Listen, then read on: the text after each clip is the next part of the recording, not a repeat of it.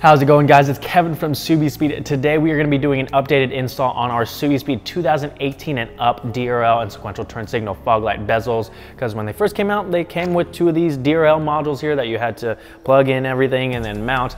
But ever since that first video came out, there have been some revisions made and they now just come with one simple harness that's super easy to install. I'm also going to be giving away this set of bezels right here. All you have to do to enter is comment down below letting me know what Subispeed video has been most helpful to you and giving me a suggestion on what video I should do next.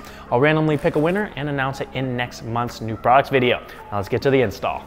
First thing we're gonna need to do is remove the bumper, as I've already done. It's just 6 10mm bolts up top with 3 pop clips and then 1 retaining clip in each of the wheel wells. And then on the bottom, I believe there are 9 retaining clips before we can pop the bumper off. Make sure you've got your turn signals and fog lights unplugged if you have those before you pull it off.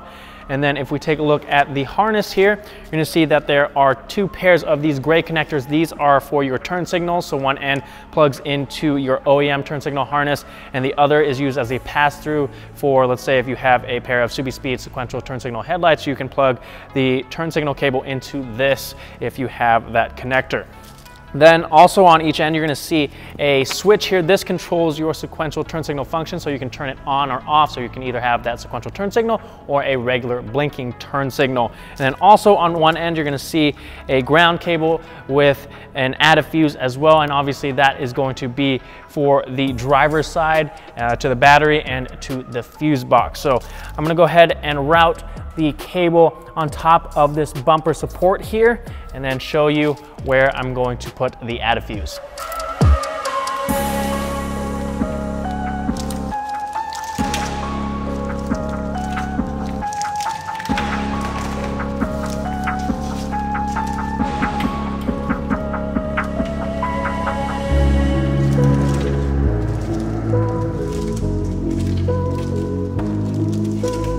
Obviously, I've routed the black ground cable to the negative battery terminal, and for the add a fuse, we're gonna cut off this spade here, leaving just this one, and we're gonna install it into this open position like shown.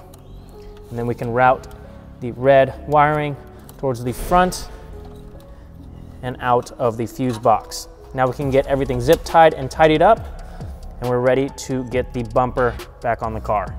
With the bumper still off of the car, now's the time to remove your old bezels before we install the bumper back on the car. You have access to the tabs on the back, so it should be pretty easy to just pop these out like so. And then the bumper is ready to go on the car, and then we will install your new bezels. Got the bumper back on the car, and I'm gonna run through the connections again with you guys real quick. Again, these gray connectors are for your turn signal. So the male one goes into the OEM turn signal harness. This is your fog light connector, and here is the switch to turn the sequential function on and off. And then the black connector here is what plugs into the fog light bezel itself. To install the bezels, we're gonna route the wiring through this opening here. And then you wanna make sure the tabs are on the inside of the bumper here, but don't press them into place just yet. We need to press the tabs in on the inner side first before we do the ones out here. So we're gonna press this in like so. Make sure the top and bottom are locked in, and then you can do the outside. If you do have problems with spacing right here, you may be able to reach in underneath the bumper here and press on the bezel out before you press it in to make sure it's lined up correctly and there are no gaps.